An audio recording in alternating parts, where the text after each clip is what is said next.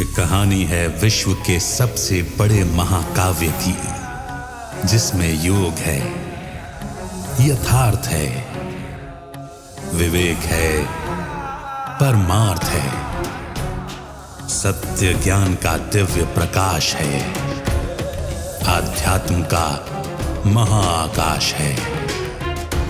ये दर्पण है हर मन के विवाद का, दृश्य है आत्मा और परमात्मा के संवाद का, मानवता का होता है जिससे उद्धार।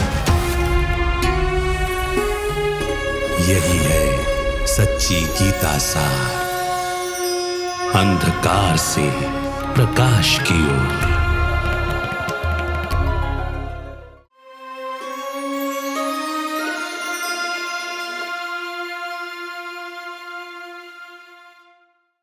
नमस्कार।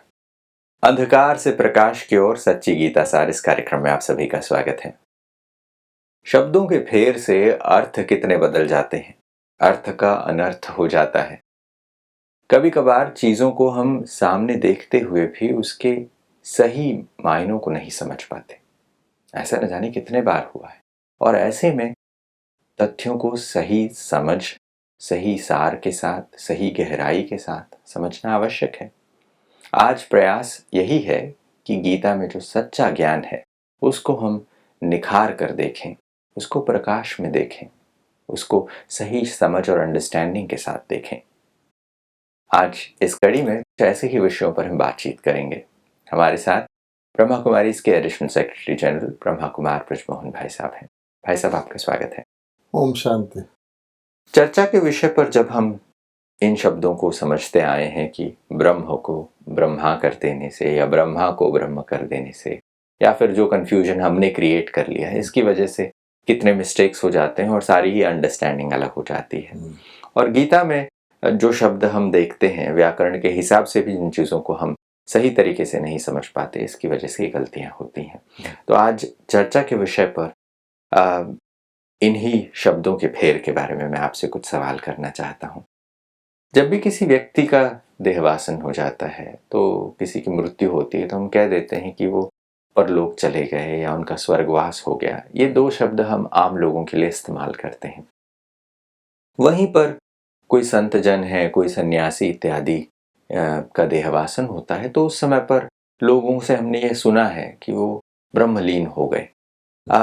अब ये भी एक नया शब्द है ब्रह्मलीन, तो क्या ये सही शब्द है? क्या इसका भी कोई और मायना है? जी देखिए, परलोक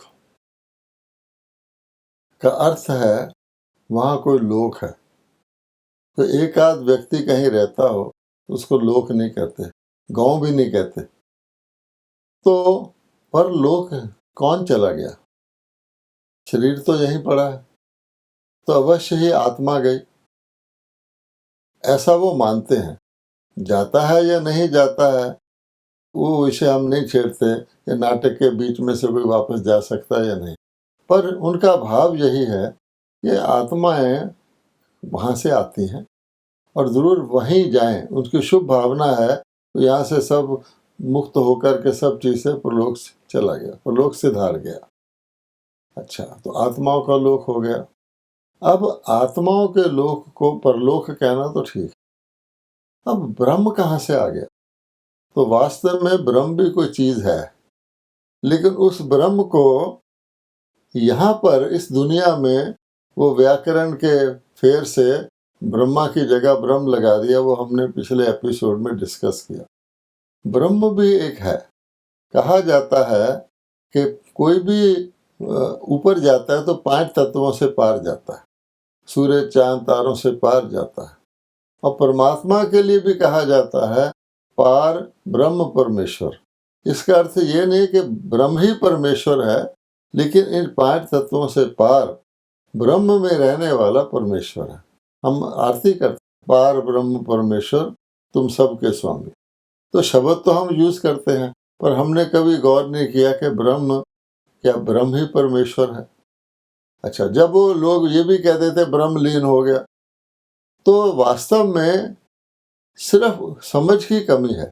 ठीक कहते हैं ब्रह्म लीन हो गया, ठीक कहते हैं पार ब्रह्म परमेश्वर है, वो है क्या?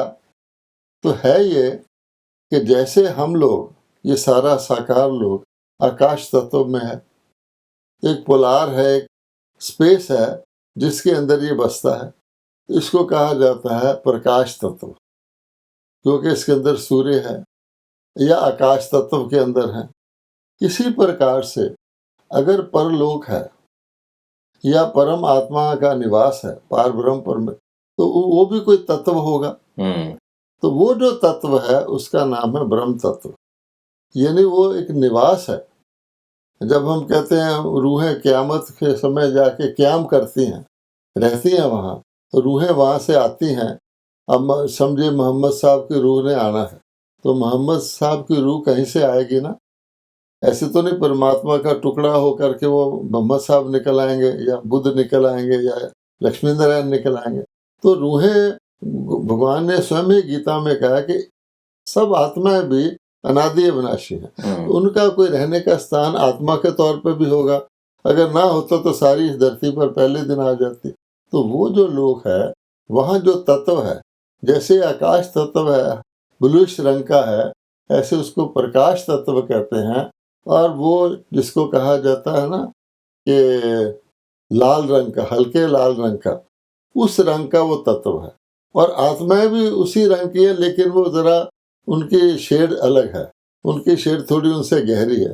और परमात्मा भी उसी रंग के हैं, लेकिन आत्माओं की शेड जो है उसमें गोल्डन रेड होता है और ये सिंपल रेड होता है। वो जो फैला हुआ तत्व है वो बेजान है, वो एक तरह का प्रकृति तो नहीं कहेंगे, लेकिन उसके अंदर चैतन्यता नहीं है, वो फैला हुआ। तो जब हम कहते हैं आत्मा परमात्मा में लीन हो गई, तो वो जाके परमात्मा में लीन नहीं होती, लेकिन उस ब्रह्म तत्व में जाके निवास करती है। तो लीन होना मतलब ऐसा नहीं कि वो समा जाते हैं, क्योंकि वो प्रकाश वहां पर है, तो उस प्रकाश में जाने की वजह से हम रहते हैं। और क्योंकि एक दूसरे में भी लीन नहीं होती। आखिर जब लोक कहते हैं, अगर सारी लीन होती जाती तो एक ही परमात्मा निवास करते वहां, उनसे निकल के आ जाते। नहीं, वो एक आत्माओं का लोक है। और जैसे पीपल पेड़ के अंदर पत्ते दर्जा बदर्जा निकलते हैं, अपने क्रम से निकलते हैं, ऐसे परम धाम से आत्माएं अपने क्रम से आती हैं। दूसरी एक और बात आती है कि हमने परमात्मा सर्वव्यापी नहीं है, इस पर बहुत अच्छी चर्चा की है। परमात्मा कण कण में निवास करते हैं, इस बात को हमने समझा कि ये वास्तविकता नहीं है, ये एक मिसअंडरस्टैंडिंग है। ऐसे ही सन्यासी जनों में भी हम ये चीज़ें सुनते हैं कि कण कण में ब्रह्म है, हर जगह ब्रह्म ही ब्रह्म है। ये चीज़ भी सुनने को आती है, इस पर तो बहुत ज़्यादा चर्चाएं भी होती हैं। तो ऐसे समय पर इसको सही कैसे समझा जाए? अब देखिए ना, सर्व खल विदम ब्रह्म, ये सब जगह ब्रह्म ही ब्रह्म है। अच्छा, अगर सब जगह ब्रह्म ही ब्रह्म है तो बोलने वाला कौन है? वो भी ब्रह्म है। सुनने वाला कौन है? और ब्रह्म का क्या कोई शारीरिक रूप होता है? ब्रह्म तो 5 तत्वों से पार की चीज़ है। तो 5 तत्वों का जो बनी हुई चीज़ें यहाँ पर हैं, वो ब्रह्म कैसे हो सकती हैं? पृथ्वी ब्रह्म कैसे हो सकती है? सागर ब्रह्म कैसे हो सकता है? अग्नि ब्रह्म कैसे हो सकती है? तो उन्होंने परमात्मा की जगह ब्रह्म को परमात्मा समझ लिया है। और उन्होंने ये, हालांकि ब्रह्म जड़ है, परमात्मा चैतन्य है। जैसे सर्वव्यापी में भी यही किया। जब सर्वव्यापी कहते हैं तो दुनिया में तो जड़ चीज़ें भी हैं। अब ये कुर्सी है, इसमें तो आत्मा भी नहीं है। कुर्सी छोड़िए, मुर्दे में भी आत्मा नहीं रहती, तो क्या परमात्मा उसमें रहता है? इसी प्रकार से ब्रह्म को सब जगह, वास्तव में जो उनके कहने हैं उसका कुछ गहरा अर्थ है। वो कहते हैं जा पिंडे सा ब्रह्मंडे, उसका भाव क्या, जो हमारे शरीर में रहता है वो आत्मा रहता है, वही ब्रह्मांड में रहता है। ब्रह्म में रहने वाला अंडे समान कहा जाता है कि उसकी शेप ऐसी है। अर्थात ये तो नहीं कि हमारे पिंड में ब्रह्म रहता है, आत्मा रहती है। तो अगर आत्मा यहाँ रहती है, वो ब्रह्मांड में भी आत्मा रहती है, तो कन्फर्म करता है वो निवास स्थान है, वो एक लोक है, वो एक धाम है, परम धाम है। गीता में ये भी कह दिया मैं परम धाम हूँ, उसी हिसाब से कह दिया मैं परम आत्मा हूँ, परम धाम का निवासी हूँ के बजाय मैं परम धाम हूँ। ये शब्दों को जब हम सुनते हैं तो बहुत बार वही गलती करते हैं कि हम उसके फेस वैल्यू पे उस चीज़ को ले लेते हैं कि भाई अच्छा इसका मतलब भी यही होगा। और इसकी वजह से कन्फ्यूजन भी बहुत ज़्यादा हो जाता है। मगर ये जो ब्रह्म तत्व की आप बात कर रहे हैं, आपने कहा ये इस साकार दुनिया से पार है, ये जो 5 तत्व हैं उससे पार। हमने ये भी शब्द सुने हैं कि वो एक छठा महतत्व है। हाँ। तो इसके बारे में भी थोड़ा विस्तार से बताएं। क्योंकि 5 तत्वों में आत्मा का निवास नहीं होता, तो आत्माओं का निवास उस ब्रह्म तत्व में होता है, तो उसको छठा मह तत्व भी कह देते हैं कि 5 से ऊपर है, परलोक है। उसका इन यहाँ की वस्तुओं से कोई कनेक्शन नहीं है, चाहे वो स्थूल है चाहे वो सूक्ष्म है। उसका भाव अर्थ ये निकलता है। और अगर आप और गौर से देखेंगे, चाहे तो परमात्मा को सब जगह मान लें, चाहे ब्रह्म को सब जगह मान लें, तो नाटक चल ही नहीं सकता। अगर सब जगह एक ही एक चीज है तो नाटक में कहाँ गुंजाइश है कि 2 हो, कम से कम नाटक में 2 एक्टर तो होने चाहिए जी। अच्छा, अब सब जगह परमात्मा ही परमात्मा है, तो कौन किसके साथ नाटक करेगा? कहते प्रभु की लीला। तो अगर सब जगह प्रभु ही प्रभु हो तो उसकी लीला कहाँ होगी? चाहे उसको ब्रह्म ले लो, ब्रह्म तो बिल्कुल ही जड़ है और परमात्मा चैतन्य है, तो उन्होंने जड़ को चैतन्य से मिक्स कर दिया और चैतन्य को जड़ से मिक्स कर दिया। दोनों हालत में कंफ्यूजन है। ये तो कंफ्यूजन के साथ कुछ चीजें हम स्पष्टीकरण ले रहे हैं, धीरे धीरे चीजें समझ में आ रही हैं। ये जो ब्रह्म की बात हम कर रहे हैं, जो वहाँ निवास स्थान, जब आप कह रहे हैं कि ये ब्रह्म एक निवास का स्थान है, तो उसे ब्रह्मलोक, परलोक, परम धाम इत्यादि कहने की भी एक रूढ़ी चली आई है। तो ये अलग अलग नाम हम देते हैं, तो कैसे मिलता जुलता है? अब आप देखिए कि परमात्मा के लिए तो फिर भी कहते हैं कि वो परमात्मा है और हम आत्माएं हैं, और ऐसा मौका आता है जब परमात्मा आत्माओं को ज्ञान सुनाने आते हैं। गीता उसका यादगार है। ब्रह्म में तो और भी बात है कि सब जगह ब्रह्म ऑलरेडी है, तो किस में धर्म ग्लानि होगी, और धर्म ग्लानि किस चीज का नाम है, और तो फिर वो कौन कहाँ आएगा? आत्माओं में ऑलरेडी ब्रह्म है और ब्रह्म ही सब जगह है, तो ये बहुत बड़ा कंफ्यूजन है। इसीलिए हमने कहा कि जो कंफ्यूजन शब्द ब्रह्मा की जगह ब्रह्म कहने से शुरू हुआ, उसका ये मैनिफेस्टेशन है कि लोगों ने उस ब्रह्म को, जहाँ आत्माएं निवास करती हैं, वो तत्व वहीं का वहीं रहता है, उसको भी सब जगह कह दिया। और खुद कहते हैं पार ब्रह्म परमेश्वर, ब्रह्म लीन हो गया। अब यही सोचिए, अगर सब जगह ब्रह्म था तो लीन तो पहले ही था वो। ब्रह्म लीन कोई दूसरी जगह होगी, तो भाव उसका ये कि आत्मा जाके ब्रह्म तत्व में निवासी होगी। उसकी जगह ब्रह्म लीन कह दिया, फिर सर्वखलयुद्धम ब्रह्म कह दिया। जिधर देखो ब्रह्म ही ब्रह्म है। तो बताइए कौन देख रहा है, किसको देख रहा है? और उसमें जो डिफ्रेंसिएशन है सतो रजो तमो की, वो भी नहीं है। फिर तो मांसाहार में भी ब्रह्म है, शाकाहार में भी ब्रह्म है, फिर सात्विक राजसिक तामसिक कहाँ रहा? ये भाव है। बिल्कुल। उस ब्रह्म तत्व में दिन रात नहीं होते, और अगर यहाँ दिन रात है तो यहाँ ब्रह्म तत्व नहीं हो सकता। ये भी बात है। हाँ। बिल्कुल। जैसे ये सारी चीजें तो समझ में आ रही हैं, और ये सोच के लगता है कि हाँ, अगर ऐसी बात है तो फिर हम सात्विक तामसिक और राजसिक क्यों कहते हैं? हम ये नहीं खाएंगे, वो खाएंगे, ये वर्जित है, वो ठीक है, करने की बात ही नहीं होती। एक और चीज जो आती है वो है परमात्मा से योग लगाने की जब बात आती है। कुछ लोग अपने नाम के आगे ब्रह्म योगी भी नाम लगाते हैं। अब ये प्रश्न उठता है कि क्या एक तत्व से योग लगाया जा सकता है? कि हम परमात्मा से योग लगाएं कि तत्व से योग लगाएं? क्या दोनों से योग लगाना एक ही है? तो ये हम कह रहे हैं कि ब्रह्म ज्ञानी, ब्रह्म योगी, ये शब्द बैठता ही नहीं है, क्योंकि योग लगाने के लिए 2 चाहिए। अब जैसे हम परमात्मा को सब जगह कह देते हैं तो 2 रहता ही नहीं। क्या परमात्मा परमात्मा से योग लगाएगा? योग लगाने की आवश्यकता ही क्यों पड़ेगी?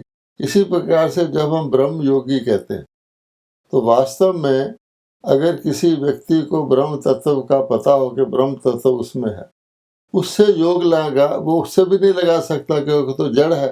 तो ब्रह्म तत्व के अंदर रहने वाले परम आत्मा से योग लगाना, इसको कहा जाएगा परमात्म योगी। वो कोई ये समझे कि ब्रह्म योगी मतलब मेरा घर से योग नहीं है। आप राष्ट्रपति से मिलने जाते हैं तो राष्ट्रपति के घर से मिलने जाते हैं क्या? है ना? तो कहा जाता है राष्ट्रपति भवन, अर्थात राष्ट्रपति भवन से तो मिलने नहीं जाते हैं, उसकी वैसे वो सैर करा देते हैं। इसी प्रकार से जब परमात्मा से योग लगाने की बात होती है, और फिर लगाता कौन है? परमात्मा से तो आत्मा लगाती है, और यहाँ ब्रह्म ही ब्रह्म है, तो ब्रह्म किस ब्रह्म से योग लगाएगा? ब्रह्म के अंदर तो चैतन्यता भी नहीं है। ये बात गीता में ये जो चीज आती है, श्री कृष्ण को योगीराज कहा जाता है। अब ये प्रश्न उठता है कि श्री कृष्ण को गीता का ज्ञान सुनाते हुए भी एक जगह कहते हैं और उन्हें योगीराज भी कहते हैं, तो कहाँ कौन किससे योग लगा रहा है, कौन किससे योग सीख रहा है? अब देखिए कि जैसे हमने ब्रह्म कहा, तो ब्रह्म सब जगह है, वो किसी से कोई योग लगाने का सवाल नहीं। ऐसे ही ये जो शब्द गीता में आता है, ये बड़ा इम्पोर्टेंट शब्द है, योगीराज। अब क्वेश्चन ये है कि योगीराज का अर्थ क्या होता है कि योग लगा के उन्होंने राज्य पद पाया, द्वारकाधीश बने, नरसिंह नारायण बने, श्री कृष्ण नारायण बने, श्री कृष्ण गोविंद हरे मुरारे नाथ नारायण वसुदेवा। तो इससे ये साबित होता है कि गीता ज्ञान सुनकर श्री कृष्ण जी योगीराज बने। एक और शब्द आता है योगेश्वर, ज्ञानेश्वर और योगेश्वर। अब ये शब्द किसके साथ आता है? ईश्वर के साथ। कि ईश्वर ही ज्ञान देता है, और ईश्वरीय ज्ञान गीता में है। ईश्वरी योग सिखाता है, और जो ईश्वर ने योग सिखाया वो गीता में है। तो योगेश्वर और ज्ञानेश्वर हम कृष्ण को भी कह देते हैं, कृष्ण जी योगेश्वर हैं। तो भाव कहने का ये है कि कृष्ण जी, श्री कृष्ण ने गीता का ज्ञान सुनकर वो पद पाया, योग सीखकर वो पद पाया, ईश्वर से योग सीखकर देवता बने, और ईश्वर से ज्ञान सीखकर देवता बने। तो ज्ञानेश्वर और योगेश्वर परमात्मा है, गीता का भगवान है, श्री कृष्ण नहीं है। इससे तो स्पष्ट होता है। जब आप ये बातें समझा रहे हैं तो ऐसा लगता है कि हाँ, इन चीज़ों को समझना आसान है, बट कभी कभार ये होता है कि जैसे हम ये गलतियाँ करते हैं कि भाई अक्षर अक्षर को हम उसके फेस वैल्यू पे ले लेते हैं, बट उसके मीनिंग को नहीं समझते। और आपने ये बताया है कि ब्रह्म और ब्रह्मा के बीच के स्फेयर को हम समझने की कोशिश करते हैं। अब जब लोग इस बात को समझ रहे हैं, तो क्या हम गीता के सभी अक्षरों को ऐसे ही देखें, या फिर उसकी गहराई से समझने के लिए हमें क्या करने की आवश्यकता पड़ती है?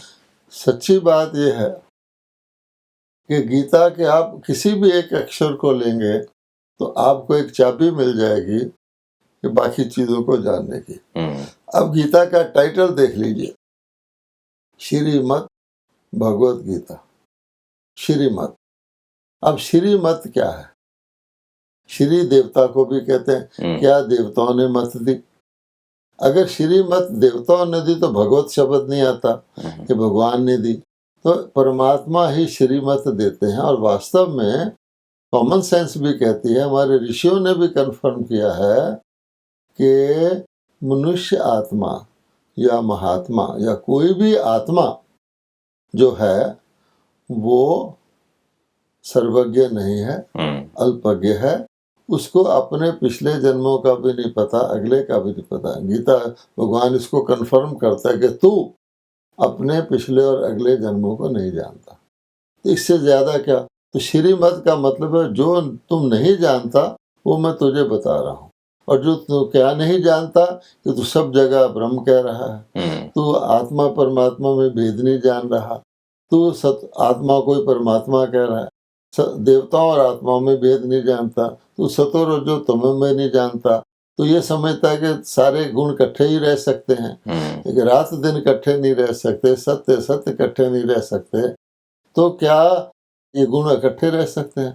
गीता ही कहती है कि जब सतो है तो रजो नहीं है। कॉमन सेंस कहती है जब शाम है तो रात नहीं है, दिन नहीं है, जब दिन है तो शाम और रात नहीं। तो ये जो है कन्फ्यूजन, भगवान कहता है तुमने अपनी बुद्धि से सोच सोच के किसी ने कुछ, उसने कहा नहीं परमात्मा नहीं ब्रह्म, तो एक नई चीज निकाल दी। अब ब्रह्म में भी वैसे ही कन्फ्यूजन है जितना परमात्मा में था। इस वास्ते अनेक मत जब अनेक हो जाते हैं तो उसमें एक सत्य नहीं होता, वो सारे ही सारे असत्य होते हैं। इसीलिए भगवान ने कई सोचते हैं इनमें से कोई सत्य होगा। अगर सत्य होता है तो आउटस्टैंडिंग होता है, सत्य तो मुंह चढ़ के बोलता है, सत्य को सिद्ध करने की आवश्यकता नहीं होती, पहचाना जाता है। इसलिए भगवान कहता है कि मेरे शरीर में आए हो कि तुम नहीं पहचानते, क्योंकि तुमको दिव्य दृष्टि नहीं है, तुम शरीरों को देखने वाले हो। और तुमने फिर क्या किया कि बढ़िया सा शरीर दिखा दिया श्री कृष्ण है, तो बस ये सत्य हो गया। हालांकि वो बहुत गलती की है, मामला ये है जी। जैसे आपने कहा कि ये जो शरीर को देखने की बात आती है कि हम श्री कृष्ण को एक बहुत ही सुंदर शरीर दिखा देते हैं, अट्रैक्टिव वन दिखा देते हैं, और उसे इतनी बढ़िया गीता जो किसी महात्मा ने नहीं लिखी, सब शास्त्र, उसको सुनाने वाला कौन होगा? तो सबसे श्रेष्ठ देवता को लगा दो, इसी ने सुनाई होगी। ये मामला जी। ये बात सुनते ही ये समझ में आ रहा है कि कहाँ हम सत्य धर्म की स्थापना के लिए परमात्मा को देखते हैं, तो वो कोई मनुष्य नहीं हो सकता, क्योंकि गीता में ये चीज़ें स्पष्ट है कि वो कोई देहधारी नहीं है। और कहीं पर वो नहीं कहते, गीता में भी ये चीज़ नहीं है कि परमात्मा ये कहे कि मैं ही ब्रह्म हूँ। ब्रह्म को एक तत्व के रूप में अलग समझना और ब्रह्मा और ब्रह्म शब्द के दोनों के भेद को हम समझ चुके हैं।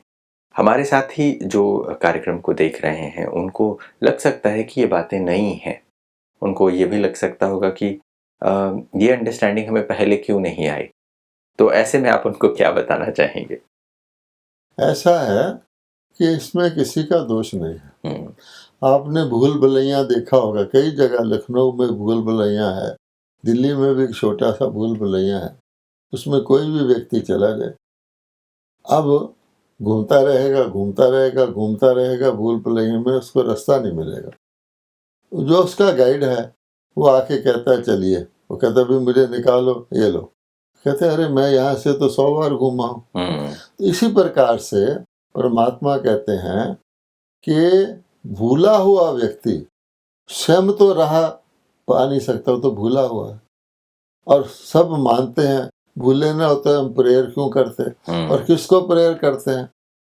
सारे लोग श्री कृष्ण को प्रेयर तो नहीं करते, ईसाई लोग भी प्रेयर करते हैं, मोहम्मडन भी करते हैं, और भी करते हैं, भारतवासी आर्य समाजी करते हैं, अनेक प्रकार करते तो उस परमात्मा को है ना, चाहे उसको जानते नहीं, सब जगह मानते हुए भी, अपने अंदर मानते हुए भी उसको प्रेयर करते हैं।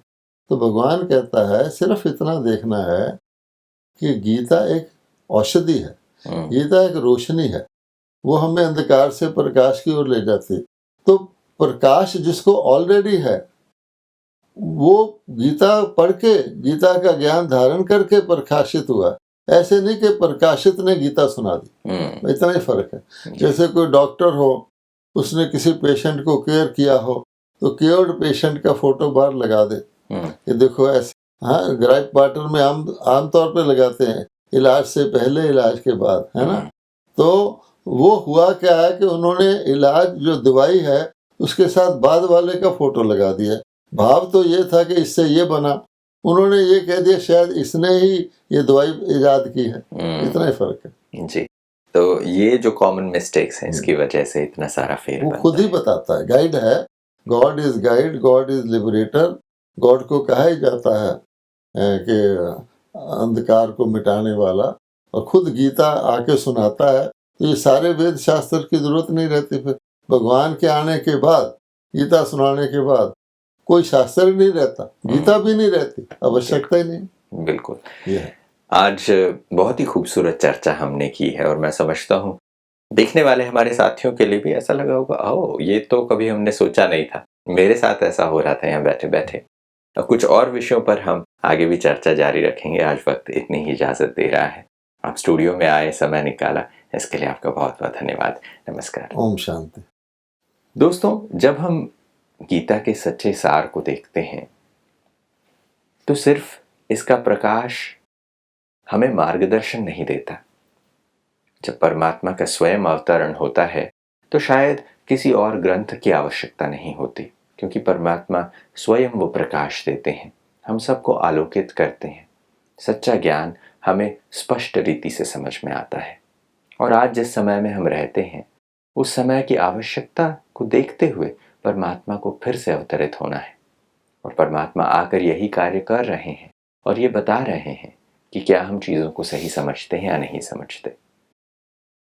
कुछ और विषयों पर आगे भी चर्चा जारी रखेंगे, मगर आज की कड़ी में बस इतना ही। अगली कड़ी में फिर कुछ और विषयों को लेकर हाजिर होते हैं। तब तक के लिए नमस्कार।